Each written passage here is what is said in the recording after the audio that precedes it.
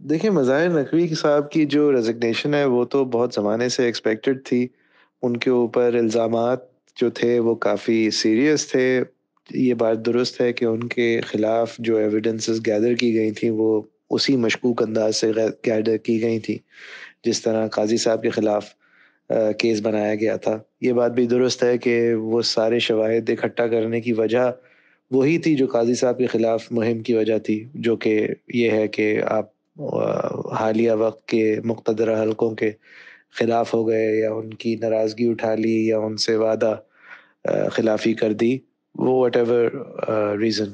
مگر یہ اعجاز صاحب کا استعفیٰ تو میرے لیے بہت سرپرائزنگ ہے.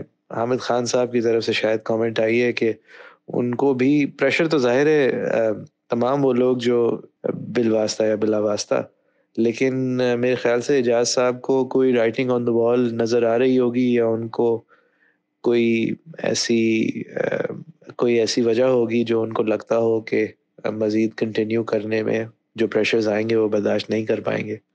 یہ ایک بہت بڑا کو ہے جوڈیشل ہائرارکی میں. یہ بہت ان ایکسپیکٹڈ تھا کم از کم میرے لیے.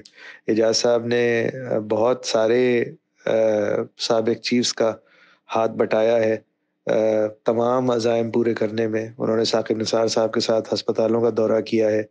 انہوں نے اس کے بعد گلزار صاحب کا بھی ہاتھ بٹایا بہت ان کے انڈیورز میں.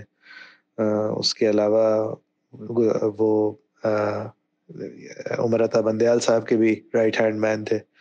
سب کچھ کے بعد شاید ان کو جس طرح کا پریشر اس زمانے میں سہنا پڑا وہ فرق لگا، اور اب جب کہ وہ اکیلے ہیں یا سینیورٹی کے رول میں جانے لگے ہیں تو پریشر ان کے لیے بہت زیادہ ہو گیا. آئی ڈونٹ ریلی انڈرسٹینڈ اعجاز صاحب کو، لیکن اس وقت استعفیٰ دینے کی کیا ضرورت تھی؟